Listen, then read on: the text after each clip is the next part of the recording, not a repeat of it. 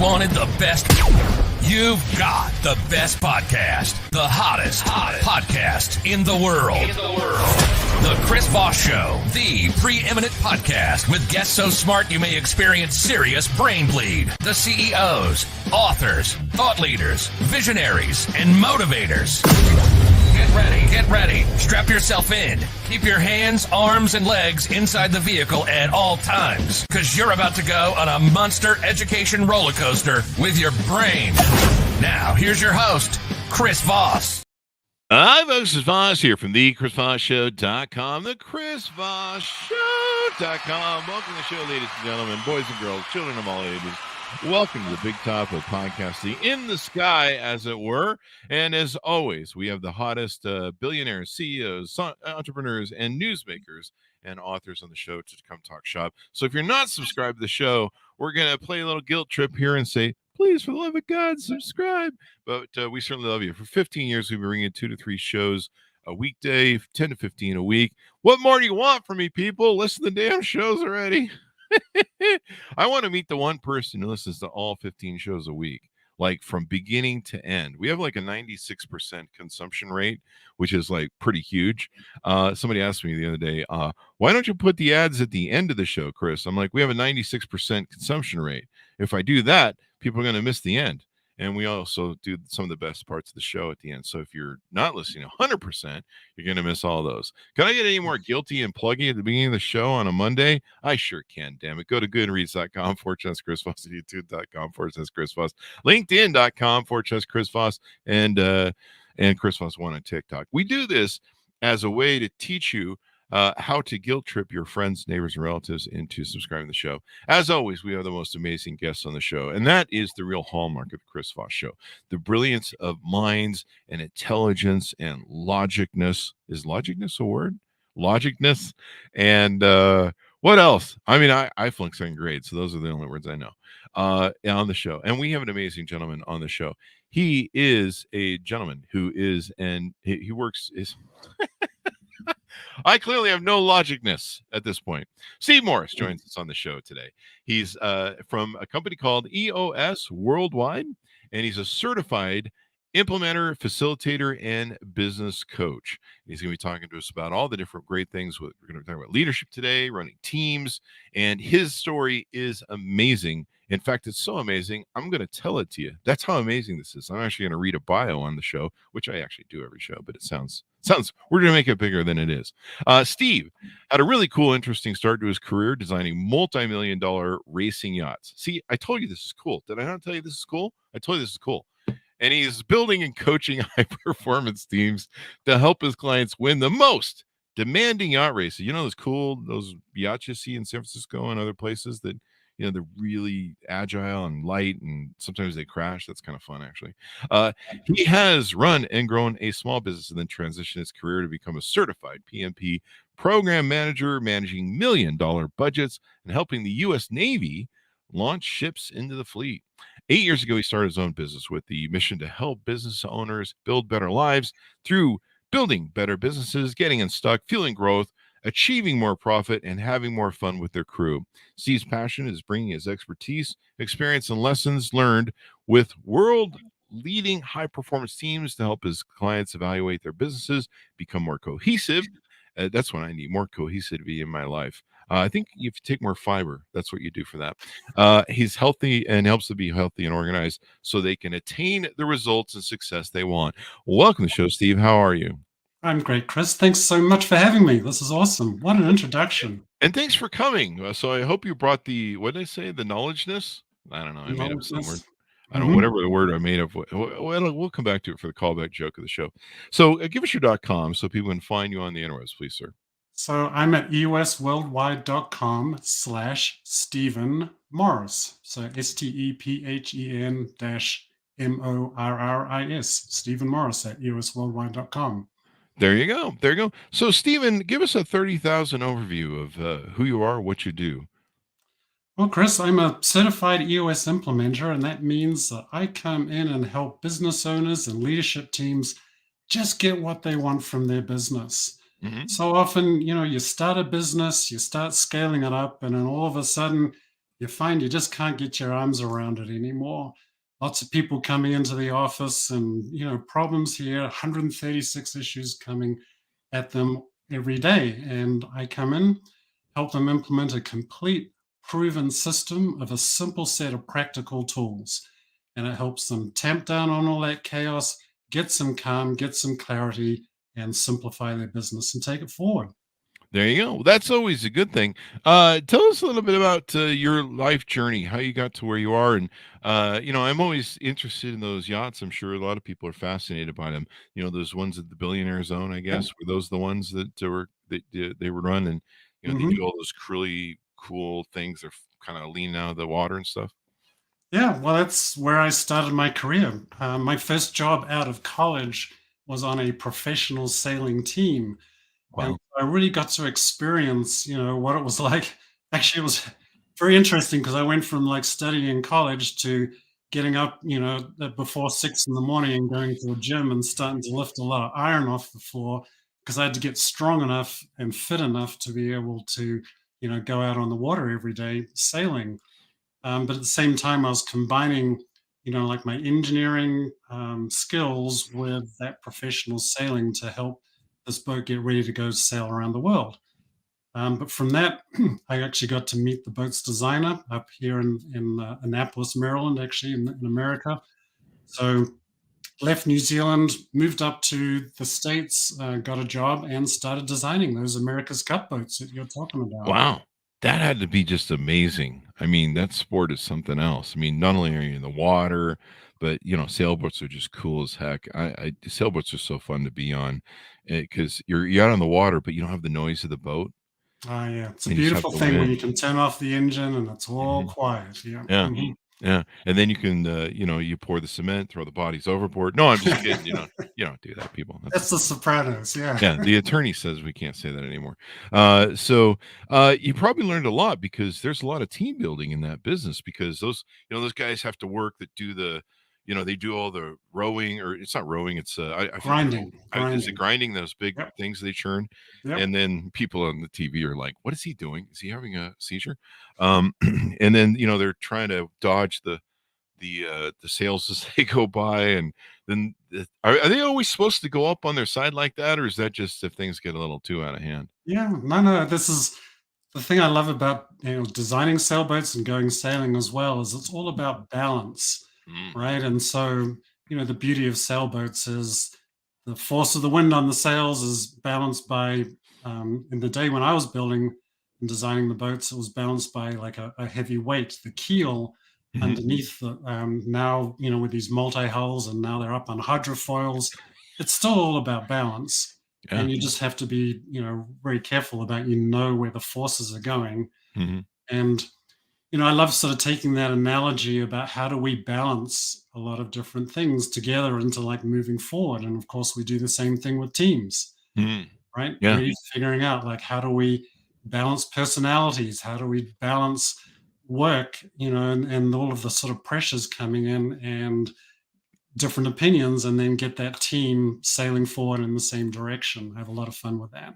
there you go, because just like a business, if everyone on the team isn't on the right page, you're gonna crash the sailboat. Yeah. Because one guy's over here going, "Oh, I thought we were going right," and the other one's going, "No, we're going left," and some other guys thought like, I don't know, I was looking at my text messages, and the sailboat goes. It is kind of fun to actually see them crash and go in the water. I don't wish people harm, but it is kind of you watch it for like NASCAR basically. You watch for the car crashes. I have to admit, but there Well, is a beauty to it. that was the interesting sort of progression when you talk about my career. So when I started off, I'm back in like the late 1980s now, right? And so Mhm. sailing was very much sort of, yeah, this sort of billionaire sport, but also like the crews were very largely amateur sailors. We have a day job and then we go off, sailing on the weekend and things. But over time, through the next sort of 20 years, like sailing really became a professional sport. Mhm. And so I ended up designing boats for people like Larry Ellison, right? The CEO of Oracle. He Mhm. wants to go win the America's Cup. And the thing I love about, working for somebody like that is they've got this vision. like for what the sport could be, because back in the old days, the sailing boats were doing like 8 or 9 knots, right? 8 or 9 miles an hour. It's like watching grass grow, right? If you're trying to televise that stuff on TV, in 10 minutes, something might happen, right? Something might And, happen. Yeah. you can't maintain people's sense of attention with that. So Larry had this vision for what America's Cup sailing could be like Formula One, which is we need to be going a little faster. There needs to be a little bit more action here, a little bit more drama, right? Yeah. And at the same time, the crews who are sailing these boats needed to become more professional. Hmm. And there's a lot of things associated with that, right? Sort of going from this amateur mindset to now we are highly trained, athletes who are coming out every day and sailing these magnificent machines to their limit. So it was a fascinating career arc that I had to see that change in the sport. There you go. And probably getting people to perform to the point of their limits too, right? On the team. Yeah, well, back in the late 1980s, it used to be like you go to the bar, it was the pub, we call it back in New Zealand. Uh-huh. There was a lot of that going on, right? But, Yeah. the reality is now, if you are a world-class leading athlete, you can't do that sort of stuff. You got to look after your body, you've got to look after your mind, and you've really got to be raising yourself up to be, performing at your peak in many different aspects. And I see the same things in business too. Like none of this is any different from bringing a leadership team in to a company and saying like, here's our goals. What's in the way of getting there? Let's get our vision in place and let's go. There you go. So let's talk about what EOS worldwide and working with you does for them. What sort of services do you offer? What do you help people with? I notice you have an EOS model here, et cetera, et cetera. Yeah. So EOS stands for the Entrepreneurial Operating System. And it Ah. really just is a complete proven system of a simple set of practical tools that we come into a business, help that business owner and their leadership team get what they want. Hmm. And at the heart, when I'm working with my clients, I'm working with them on three main things. And we call it vision and traction and healthy. Hmm. So vision from the standpoint of what is the vision for your business? Where are you guys going, right? And how are you going to get there? Because so often when I'm starting to work with a group of people, I find like there's 5 different opinions about what that is in the room. And I Isn't that need to get interesting? all of those on the same page, and heading in the same direction. Isn't And that then interesting how companies are missing that key element of vision? And it's so easy for companies, especially when they get larger, to have so many people going so many different ways. And whatever, even if the company does have a vision, if it's not implemented right, that vision can be lost. Some person's vision is like, I don't know, I'm supposed to, I don't know, do more TPS reports. And yes, exactly. meanwhile, the CEO's going, we're gonna climb that mountain over there and do that thing and build that widget. And the guy's like, I don't know, I'm just trying to, I don't know, make copies. So I don't Yeah. know. Well, that's the traction piece that I'm talking about, right? That, There you go. and in EOS, we say vision without traction's hallucination. And I've been there, right? Sitting around tables talking about strategy and then getting to the end of the year and we haven't achieved what we said we wanted to achieve because we didn't have traction. And so that's what I'm helping those leadership teams with. It's So if I really, go Mhm. ahead. Well, it's about discipline and accountability, So right? the key is if you need vision, but then you also have the traction, the focus, the discipline, and accountability to get Mm. that pulled off. Yep. Otherwise, you can have all the vision you want, but you're just living in like you mentioned, in a fantasy dream world. And you're just like, I have visions. Is it the peyote or that sort of thing? Or am I at Burning Man and I don't know what I took? Yeah. Well, what we bring that together, the accountability is an amazing word. So often when I start talking with business owners, they come and say, I don't have enough accountability in my business. Hmm. People aren't doing what I asked them to do. People aren't doing what they say they're going to do. the reality is what we do with EOS is we come and put a system, it's an operating system. Hmm. So just like you have an operating system on your computer, you're a Windows person or you're Oh, a Mac person or a Linux person or whatever. Well, we put an operating system into the business that gets the people all working together. And that system enables, through our tools, enables the accountability. Accountability is a result at the end of it all. And nice. so it's not something that we, start off at the beginning at. And once again, I feel like that's a change over the last 20 years, 30 Mhm. years, I would say. I feel Yeah. like accountability used to be like the stick that people like hit somebody over the head with, but it doesn't work anymore.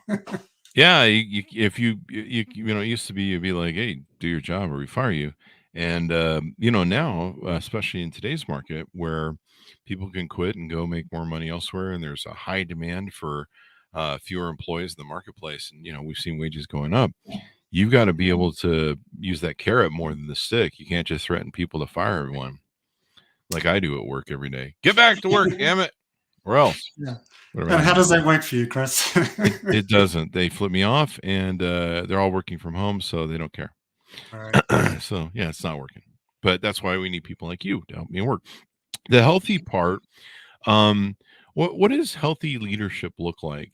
Give me an idea of what that is in their mind. Is that where everyone's running the treadmill at noon, or what's going on there? I'm talking about health in terms of team health, working together as a team. We have to work together with these people that we have to look at every day. Yeah, apparently Come so. on, Yeah, Steve. yeah. And the Steve. thing is, when you get the right group of people, it's actually fun. Oh, okay. All right. Well, I'll try it. Yeah, You've got me sold. there's a light at the end of the tunnel there. There you go. These are factors that are so important. As a guy who's been running companies since I was 18 and love talking about leadership, vision has always been like a number one thing for me as a CEO. Having a vision, and then of course, telling everyone you're my vision ad nauseum, trying to get people to execute that vision.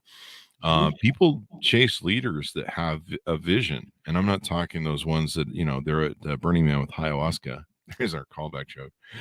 Um, it basically people have a burning vision of desire that people can get behind. Steve Jobs was good at that, and giving people sometimes a moonshot sort of vision that almost seemed a little too unreal. Like, wait, we're gonna take all these giant fax machines and printers and phones, and we're gonna cram them into this small amount of real estate and turn into a cellular phone.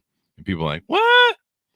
And he's like, yeah, we're going to do that. And it's going to have a touch screen too. And people are like, what? And so, yeah, I'm pretty sure that's what they said. I have a Yeah, friend who was on the team, and I'm sure that's what they said most of the time. What?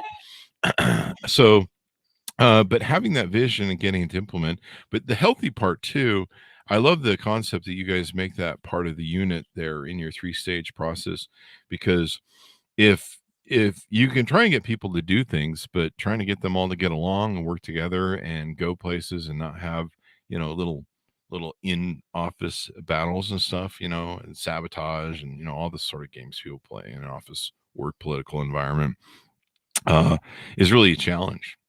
yeah. Well, it starts off with trust. Ah, Right? I'm waving around because, of course, there's one fly in the room here, and guess what it's doing now that I'm on camera? it's buzzing you. It's trying to get Um, it's trying to get a SAG card, so it's trying to fly in and out of the scene so it can get a SAG card.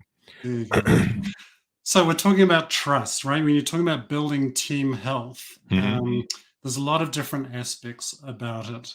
But at the underlying this ability to build a really strong team is to be able to build trust. Hmm. And I really, I experienced this so many times with these high performing teams that I was working with.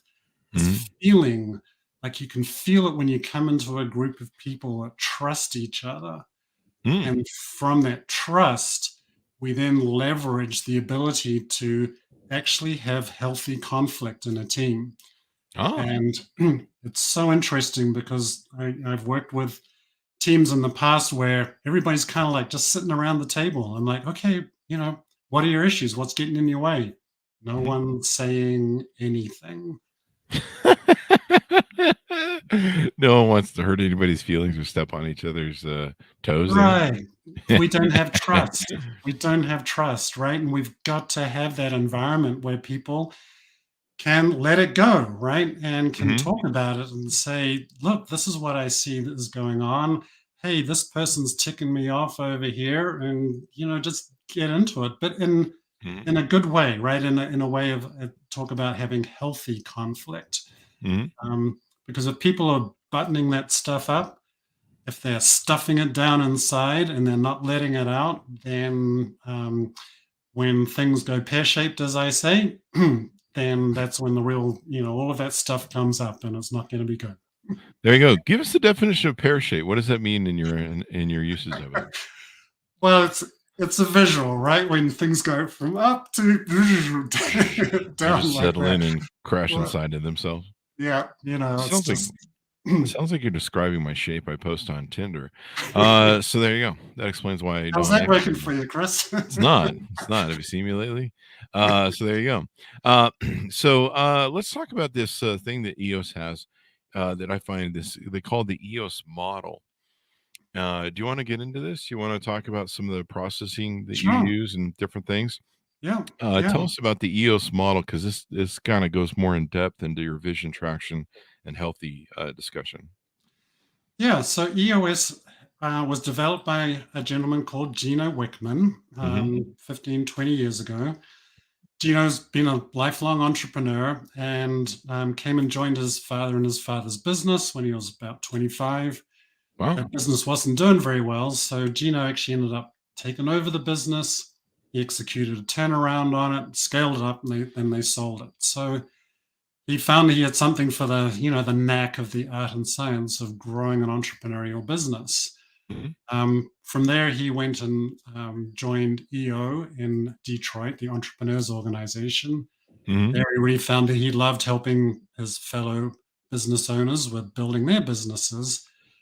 And he ended up trying and testing a bunch of tools over about a 5-year period and ended up developing EOS, Hmm. right? And so what he found in that process was 19 out of 20 businesses, everybody's got their head down, they're running like heck, they're working really hard, but they're just feeling a little stuck and they're not Hmm. managing to kind of break through.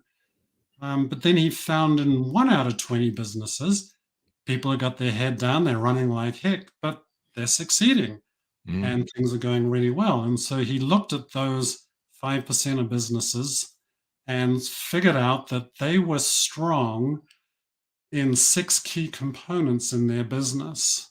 Hmm. And so he's, really looked into that and developed it and turned it into the EOS model. And so those 6 key components, would you like me to go through them? Yes, let's do. Let's flesh them out. So the first one is vision, right? And we talked about this before, like, being really strong with your vision, like getting it out of your mind, getting it shared around the leadership team, and then getting it shared around the everybody in the business, so Hmm. everybody's on the same page, is so important. And then the second key component is people, because very simply, you can't bring a great vision to reality without having really great people in the business. Yeah, Um, people are really important too. People are people, right? Yeah.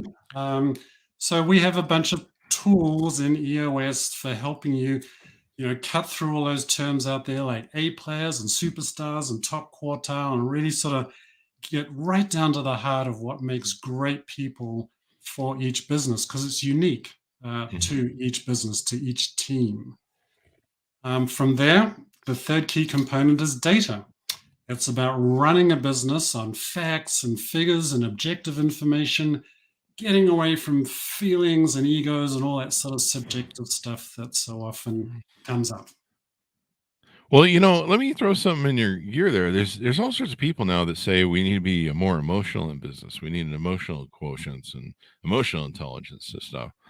And I don't know, man, but what seems to get emotional, you seem to end up at HR. I don't know. Is that me or what's that about?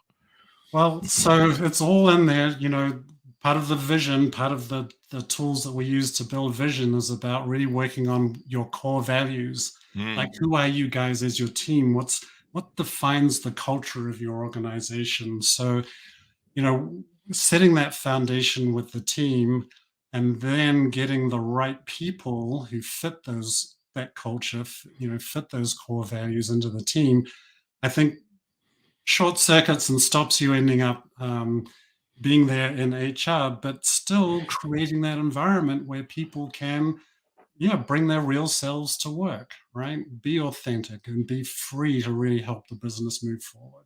There you go. I like how you talk about the authentic self, because trying to get people self-actualized and stuff can be a challenge and kind of a personal journey, if you were. What's next up in the EOS model? Well, so when I work with my clients and we strengthen the vision, the people, and the data components, then we actually get transparency into the organization. We Mm, actually start seeing the obstacles that are getting in their way, the stuff that's slowing them down, the things that are ticking them off. And mm, that's great. We want to have all that stuff come bubble up to the surface. And that takes me to the fourth key component, which is the issues component. mm. So we really want to get that leadership team really great about being able to identify those obstacles, identify their issues, and then to be able to set them up, solve them together as a leadership team, knock those things down and get them out of the way so that they can move the business forward. Get really great as a team at solving their issues. There you go. And yeah, if you've got issues, you definitely want to solve them, because nobody needs more issues than Vogue, which I have, my psychiatrist tells me. Traction and process are two of the last items on your model here. Talk Yeah. to us about those. So process, strengthening the process component is all about getting the important stuff done in the business the best way and the right way every single time. And when we can get that consistency in the business, oh my gosh, that's where the scalability comes and the business becomes easier to manage, more fun, and more profitable. No one likes do overs, rework, customer service complaints, all that sort Mhm. of stuff, right? Just slows you right down. It does. It does. So these are different ways, 6 different ways that people can use the EOS model, and you guys help sit them down, take them through a process, and teach them how to rebuild their thinking, and how they go through stuff. I see something called the EOS process on the website. Do you want to flesh that out for us a little bit? Yeah, so that's the process that I work. The US process is how I help my clients implement and install these tools in their business. Mhm. And it starts off. There's two kind of phases to it. So it starts off at the beginning with a learning phase. I come in. I've got three roles with the team. I'm a teacher, a facilitator, and a coach. So Mhm. I teach a set of tools, right? I facilitate that leadership team's conversation about how they want to implement those tools in their business. And I coach them. I coach them along the way. I listen to them. Here's what they say they want to do, and then coach them on what's getting in the way, what can we do differently, and move them through. So at the beginning of the process, I'm teaching a lot of new skills, a lot of new tools, um, but it's a great part of the process. I love it because typically, somebody engaging with me at the beginning doesn't have a lot of those things in the business. Yeah. Um, one of the It's first things, interesting how they're kind of flying by the seat of their pants sometimes. yeah, right. Yeah. They're just like, I don't know, we start a business, so we make widgets, and we're trying to figure it all out from there. One of the low hanging fruit that's an amazing thing is a lot of leadership teams just aren't meeting on a regular cadence. They might schedule a leadership team meeting, but it's the first thing that gets canceled when there's we got to go on a sales call, we got to do something else. So blow that one off. And Yeah, every time I get bad customer service, or I see where someone has created a lot of barriers or walls or hoops for a sales process to go through, a cart process or buying process, I was complaining on Facebook about experience I've been having lately going out to eat in mid-level to high level, high fine dining. That's the word I'm looking for, places. And it seems like I either get one of two things nowadays. I either get bad food that misled on Yelp by the reviewers who evidently have no taste, or I get bad service. And I can't find. It's very hard for me to find a restaurant anymore that gives both. Mm. And I remember I was joking about how, like, the last person I went to that gave me, they had really great food, they had great plating, great environment, everything was great. They just had untrained, unskilled waiters, and I think one of them might have been a or a manager. And I know it's hard to hire in this environment, but you can train people once you hire them. You know, there's this thing called training, Mhm. which is what you do, help people do. Um, and I always get this imagination whenever I see bad service or bad sales, and I just go, I'm taking my money elsewhere. That people are probably sitting in the back having a meeting going, damn it, we need to figure out why to have more sales. In fact, cancel that training of the waitress, and let's have a meeting on why the sales aren't working. No one wants another meeting, right? This is the thing. Or training, for that matter. Or training, yeah, right. But at the end of the day, we because we're people and everybody's got, different opinions and different ideas in their minds, it's like we do have to get together. We do have to sort this stuff out. Otherwise, it is going to be chaotic. I mean, probably some of these experiences you're having is there isn't this Mhm. cohesion, right? Yeah, Even somebody's though not training somebody. Let's somebody's not training. Yeah. let's suss that out a little bit. Why is it important for companies to invest in training? Like we've been talking about how, oh God, we have to take time out for training. We don't have enough time as it is because we're chasing our tail because our systems are so messed up. Why is it important to make an investment in training? Well, I'll answer this in a couple of different ways. So when we're talking about getting these really right people, to come and join the team, we talk about right people, right seats. Okay, and this is Mhm. a term from Jim Collins, who wrote Good to Great 20 years ago. Right people are people who share your core values, right? They're really like fit in and we're part of a team. Mhm. Okay, and then right seats are people who are really great at their job. They've got the talent, the skills, the experience, the expertise to be really great at their job. And one of the lenses that I use for this is Oh. something called GWC. And this stands for gets it, wants it, has the capacity to do it. Ah. Okay. And so the reason why I'm talking about this is because it is hard to hire people, right? It's been extremely difficult these last, probably about 5 years, and it still is. I'm seeing with my clients, it's difficult to find good, competent people to show up on the job. And so, we have this lens, gets it once it has the capacity to do it. Do they Mhm. fundamentally get the job? Do they understand what's required in the job? Do you see the neurons in their brain connecting when you explain the job to them? Mhm. And then once it means, do they roll out of bed in the morning wanting to come to work, wanting to come do this job? And I do joke about it, right? And I see you're smiling too because you fundamentally can't pay people to get a job or to want a job. It's got to come from inside. All Definitely. And right. they gotta wanna do it. They gotta wanna be involved. They gotta see the bigger vision. They gotta feel like they're Yeah, contributing somehow. exactly. Yes. So you're getting it now. And so the leaders of the organization have to paint that picture. They have to Mhm. say, this is where we're going. And we're heading for the horizon over there. I don't know how we're going to get there, but follow me. Like, let's go do it. Right. Mhm. And so this capacity, people do come into jobs with innate skills and talent, but what I'm really do see is that organizations do need to train people up. And so many of my clients will say, like, just give me a good person and I will train them to do the job. Right. I've been And guilty of that. yeah, well, it's a thing. And um, so I think, in this current labor market, just really being able to look and see about what it is that you need to get done and then to find good people who fit your culture, who sign up for your core values and share in those core values and share and want to be a part of the vision for your organization. If you find people like that and bring them in, then training is your ability to your lever to be able to bring that person truly in and make sure they're a right person in the right seat helping you take the business forward. So There I you think, go. it's absolutely key. There you go. Well, this has been hugely insightful. Give us your final thoughts and tell people how they can onboard with you. What sort of client you're usually looking for that this is a fit for them. This goes out on the LinkedIn newsletter and stuff like that, and LinkedIn. So, what client is best that you're looking to work with, et cetera, et cetera.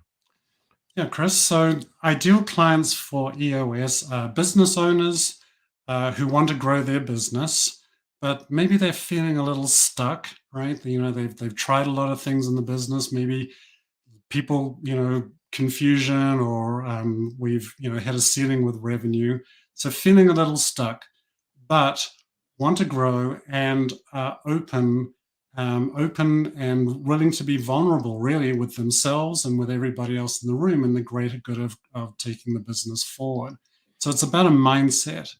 And what I see in that is truly also being more afraid of the status quo than you are of change, Oh, right? That's a big divider that I see, because some people, they want to hold on to the status quo.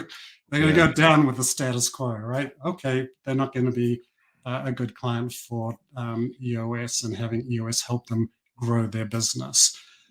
Sweet spot for us is 10 to 250 employees. It's Hmm. all about people, because Hmm. EOS it's just a way of harmonizing and orchestrating all of the human energy in the business.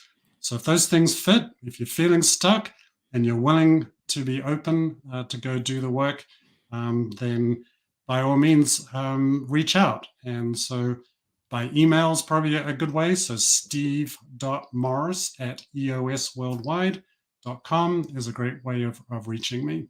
There you go. And then give us your .com on your website too. So that was eosworldwide.com/Stephen-Morris. There you go. Well, Right, Steve, right, it's been worldwide. wonderful to have you on. Very insightful and great business discussion on leadership and business. Thank you very much for coming on. Thank you, Chris. It's been great talking with you today, and thank you very much for your time. Thank you. Thank you for your time too, as well, sir. To my audience, thank you for your time as well. We couldn't do it without you. Go to goodreads.com/Chris Voss, LinkedIn.com/Chris Voss, YouTube.com/Chris Voss, and Chris Voss one on TikTok.